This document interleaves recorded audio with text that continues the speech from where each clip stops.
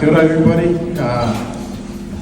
warm greetings to everybody, and I think I just want to acknowledge what my learned colleagues have said, also some of the advices that we've given, generally in terms of practice, and in particular with respect to their own specialist area, family. Now, I'll introduce myself. My name is Peter Peitai. I've got several Matai titles. I'm Samoan, and that's why I bring this to identify. And I know there's a good mixture of you guys here. So I really am very proud of that. All the different Pacific Islanders represented, and also our communities here in New Zealand. So I am Tala's dad, and I asked Tala, who put you up to this? And he said, no, it was just somebody had said I'd be one of the planners. So I said, okay, I'll come then, do as you want. But anyway, I was born and raised in Samoa, and believe it or not, I'm the youngest of older siblings. So in a sense, I'm kind of spoiled, as the youngest, and I kind of, if you saw Facebook and some of the things I put up there, I'm rather very radical for my age. And but that's why I say that is because in the old days, I went to school in Samoa. I went to Samoa College. We saw his mom, and we were like on the same village in Apia. But that was a main schooling system. Our teachers were Palangi from New Zealand, from the premise as we called it, to the primary school or the standards, up to high school, which was Samoa College. And we set the New Zealand School Certificate and the New Zealand University entrance. That was the only key to come away with an education in New Zealand, unless your family was rich. I come from a middle, sort of family. My mother was a nurse. My dad was a hospital lab technician. But so there was a kind of importance placed on education somehow. So we were pushed through that education system to get to Samoa College and fight for a scholarship to come in, because no family could afford to pay university on their own without government scholarship. But when it came to my chance to come over and do Form 7 here, there was a change of policy, and they said, we're starting a university in Samoa. Can you believe? It's now a big university, but it's gone. But at the time, it was a crazy idea, something to hear that. And they said, so all of you guys who are supposed to go on scholarship, we're going to keep you here on the island, and you do our foundation year for your university. So off I went to Fiji on my own. I found something, then I went there. I was radical, I told you. And then I was enjoying it. I was starting to learn forestry. And then my brother turned up. My oldest brother is a doctor. So you see there's that influence from the older guys. And they said, you must come back. You got to go and do law. They decided for me. Back then, there weren't that many lawyers in Samoa, I think, all the islands, even here in New Zealand. So long story short, I went back, luckily I passed School C and University School C and University UE. So I walked back into what was called the foundation year. 2 years later, yes, I got my scholarship to come to study here. You don't choose where to go.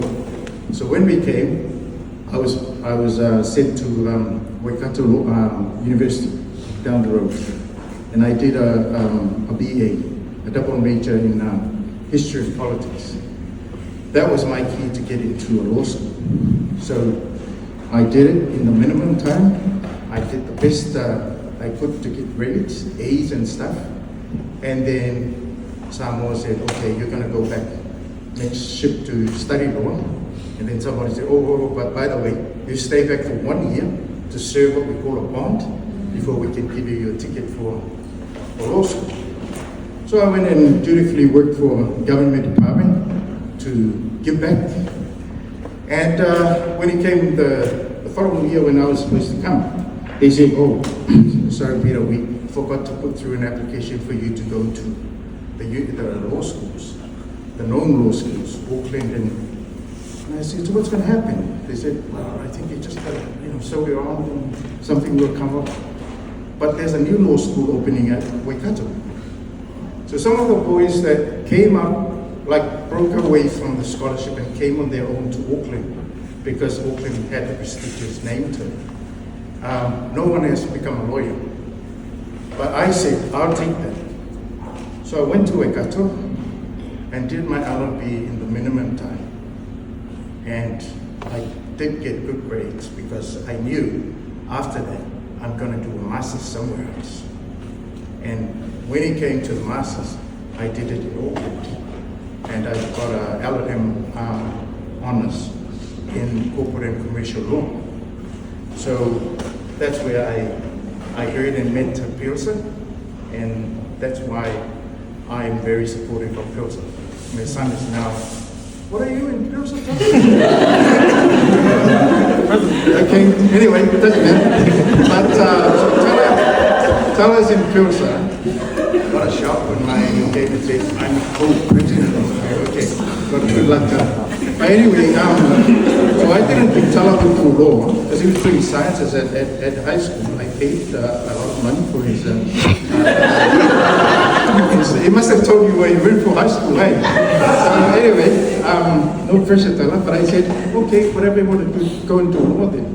So a lot of people might think I told Tala to do law. Nah, I think he was trying to find a way to get through. And then the second thing is, some people might think that I'm helping out with this work, but I never get to talk with Tala.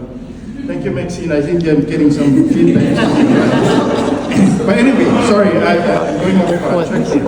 If I can just refocus, I'm going to tell you some practical stories. The purpose is that I sort of conferred with my learning colleagues outside, and I thought maybe if we did this tech, it would cover what I'm trying to communicate to you guys. As I am becoming a senior lawyer that's sort of close to winding up. And one of my colleagues is senior than me, went to Auckland. You may have, I won't mention names, but he called me up last week and he said, brother, I'm closing down my practice. And so you've got to find, because at practice, all of us, we have to have a power of attorney to take over your stuff if suddenly you fall dead, or you have a backup called an alternate. So he was my alternate.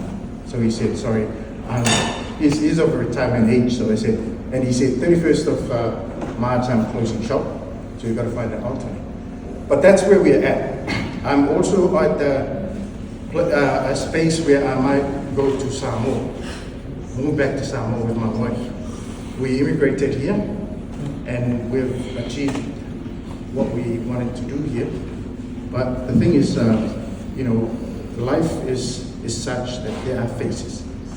So my colleagues have said, know what you want, stick to it. I also agree with it. But my story, which I'll quickly run through, also suggests that do not be stuck onto one thing, because there are many opportunities and windows, right? So if I come back to, so I came to study law and I went back to Samoa. I worked for the Attorney General's office. I became a prosecutor and I did a whole range of work because that's how it was. And it's really good in fast tracking your legal career. A lot of our people, they build up their CVs in the islands, whether it's Samoa, Tonga, Niue or wherever, and then you come back to New Zealand and you can actually sort of jump the queue. And I'll give you an example. So when I came back, after I opened my practice in Samoa, I had 3 legal secretaries and 4 lawyers. One of those lawyers was president of PLA, he's now a judge in Dunedin. The other guy became president of one of the courts in Samoa. Another guy is an academic. I'm not going to sort of say too much because it may sound like I'm boasting, but I'm very grateful to God for it. It's about touching other people's lives. And that's not original to me. Of course, it comes from people for you. I had a African lecturer who said to me, I've become a lecturer in India as an academic because whilst I enjoy practicing out there at law school, I can influence a whole lot of people, future lawyers and future whatever, as my colleagues have said. So that's the message tonight, but I'm also suggesting from where I practice that you must engage all sorts of opportunities. Who did accounting? Because don't be shy or economics or stuff like that. Why I ask that is because, you know, we tend to come into the law and we go into areas that we are comfortable with. But you then sort of let go of some of the skill sets that you had acquired during your study, your high school. Now, a lot of you are doing conjoint degrees. You mix and match, but your core subject is law. I call myself a commercial property lawyer, but that is making use of some of the things I picked up at high school and the interest that you pick up from talking and working with relatives, friends, and people in the business community. So when I went to Fiji in that EO, my family brought me back. I got a scholarship, went to Encanto, came to Auckland. I ended up working in a commercial property corporate setting because I went to Christchurch when I came back in 2004 to settle. Tala was a baby and his brother were babies. And I worked for a commercial law firm there, and I was the only Pacific Islander there. And this is how I got in because they said later, the Palangi said, how did, to my wife at the hospital, my wife is a doctor by the way, and they said to her, how did your husband get a job in Christchurch? Because here, they showed it, you don't apply. And I agree with that because I did apply to some jobs and got nothing at all. Until one day, this firm called me up, and I was all ready to go and work in a factory. My savings were running out. I had sold things since I wanted to relocate to New Zealand. And then this firm called up and said, we've looked at your CV. You've been around for a while. You've done a lot of things, but the position we have is for a law graduate like you guys, because some of you guys are going to be soon. So some student out there missed out on me being inserted in there for a salary of $45,000 to start off with. But they said, we need a lawyer with full experience to run the files within our commercial firm to be taken out to the barristers like these guys to appear before the court. And this commercial law firm doesn't go to court. They don't do any court work at all. They just do their commercial stuff, prepare files, take to them. And that's how I got it. They said, if you prove yourself, then we will up your salary within a year. I think I did something right because when those barristers from up in the penthouse commented on what I did, and I was doing international sort of commercial cases with them, they then increased my salary and called me a senior solicitor in there. When I shifted to Auckland with my family, I continued to do that. I didn't go to court anymore. I picked my own clients and the work I like. So I think you can gather where I'm coming from. I take my hat off to my colleagues because it's hard in the court every day. And it's hard what they do, and I admire them for the program they've done. I totally agree that the mainstream are very selective and they don't give opportunities. They only give opportunities when there's a senior lawyer from the islands who can do the files, and they pay $45,000 for that, like they did to me. So what I'm saying to you guys is that, like Sawa was saying, know what you want, and it's about time you should know. Know what you want and aim for that. But if you don't get that within set time, don't dwell on that. Don't be bogged down. Move on and find something else, right? Let me give you some, just, is it okay? Right? Yeah, 2 minutes. Yeah, okay. So in Fiji, I'll give you 2 cases. I was a prosecutor and then 2 cases as a defense to whet your appetite, right? First case we did in Fiji with a colleague was a veteran, ex-soldier, who followed a guy and his girlfriend after a nightclub onto an abandoned golf course. And the young couple were doing what young people do. The girl was on the ground, the guy was on top of her. And then this guy came, big, tall, typical Finn Indian guy. Got a piece of timber 2x4 from the yard close by. Whacked the guy on the head. He fled. Whacked the girl on the head. She collapsed. He raped her. Then he got up, that was about 3 o'clock in the morning, went home, had a sleep, Saturday night, early Sunday morning. Church bells woke him up. He remembered what he had done, went back to the golf course. The day the girl was already dead, he raped her again. Long story short, we convicted him. He's, I hope he, I'm not going to say. Second one was, I prosecuted 5 guys who gang raped a little girl in a village in Fiji, and nobody had any hope. I connected with the girl with her heart, because she could barely speak, and I think she trusted me. So that when we went to court, the judge didn't expect it, the defense lawyer was a senior guy that didn't expect it. We have in Fiji what we call assessors. It's a smaller jury, but it's a jury. What was attorney? I got the girl to say what she said, what needed to be said for the ingredients of the crime. But in the end, I also worked on the jury, which is what you guys are going through in theory now. And I pleaded with them because I went to examine the scene at the village.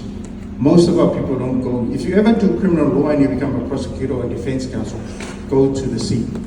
Because it made a difference when I addressed the jury. And they were all listening, the police as well. Because I was talking about each particular place in that village, the church, the community hall, the bure where the girl was raped. And that convinced them. I met one of the jurors at a wedding later, and she came up to me and said, probably don't remember me, though I was on that jury. Thank you very much for doing that. And I said, oh, right. And she said, we were so embarrassed when you said it. There's no point in us drinking Yangona in a community bure and singing Fijian songs when our girls were being abused, because they had a particular word for it, for the crime, in the Fijian culture. And I got that out of one of the registrars during the recess just before we did final submissions. I went to Samoa. I defended these. I'm just giving you 4 stories. So that was as a prosecutor. I went to Samoa. I opened my own practice. I defended a murder where a kid chopped up another guy at the plantation in front of me. Prosecution came with murder. I said manslaughter. In the end, I got manslaughter. The guy who was prosecuting is now a judge in Samoa. He was very stubborn, arrogant. He didn't listen to me. But when we did sentencing, I reminded the judge that halfway through the trial, I had pleaded for the prosecution to accept the manslaughter. They still persisted for murder, so they got, and my client was 2 years, which he served only part of. That was as a defense counsel. The last one, I say this, I'm sorry, I'll try and wrap up this quick. The worst experience I've had as a lawyer was when I defended this woman, very attractive, pretty businesswoman. And she had actually swindled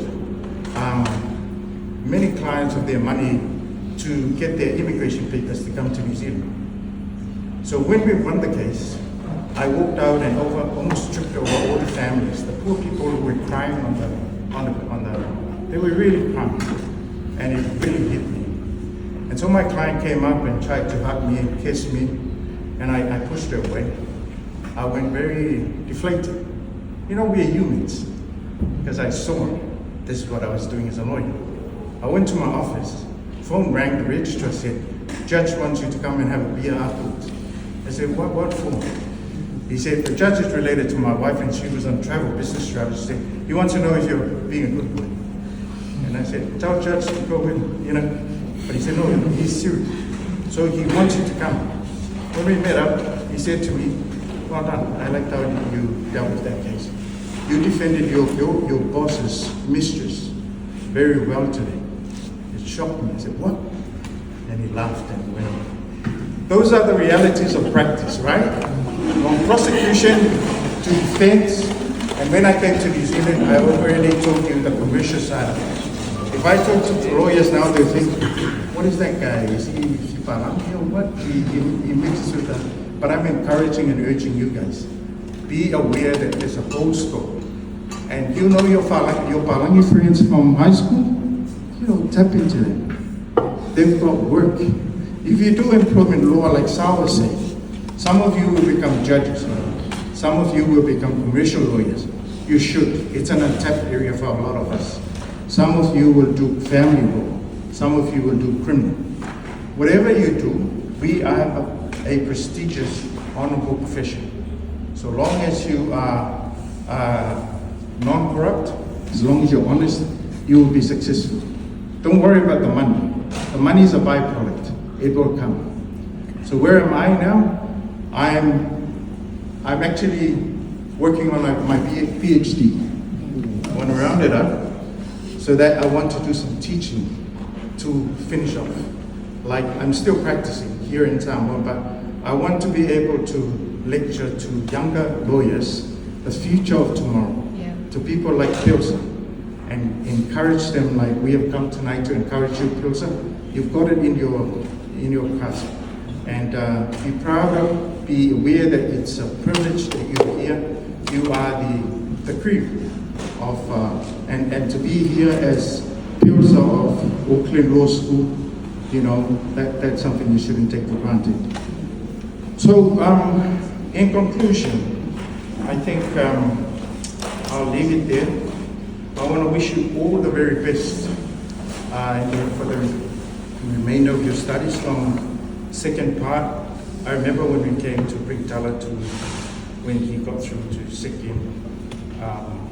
year, and now he's sort of, God willing, you're finished. But I'm happy to see he's there. But thank you again. Thank you for the beautiful meal that we've been provided tonight. And before I resume my seat, I'd like to say, you know, my wife said to me, give something typical, the speaker woman, give something for my son, So I said, no, that's not. But she said, no, I want to give him something. So anyway, just from us, a little token, a little gift for Pilsner. So sorry we couldn't have time to do a check, a bank check, to be consistent with transparency, the thing that we have to do. But it's cash.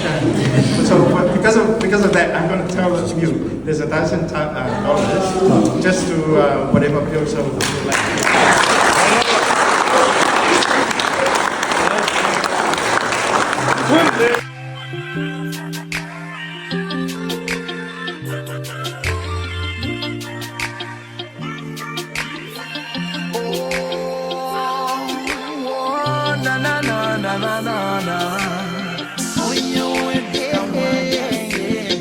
Watch it.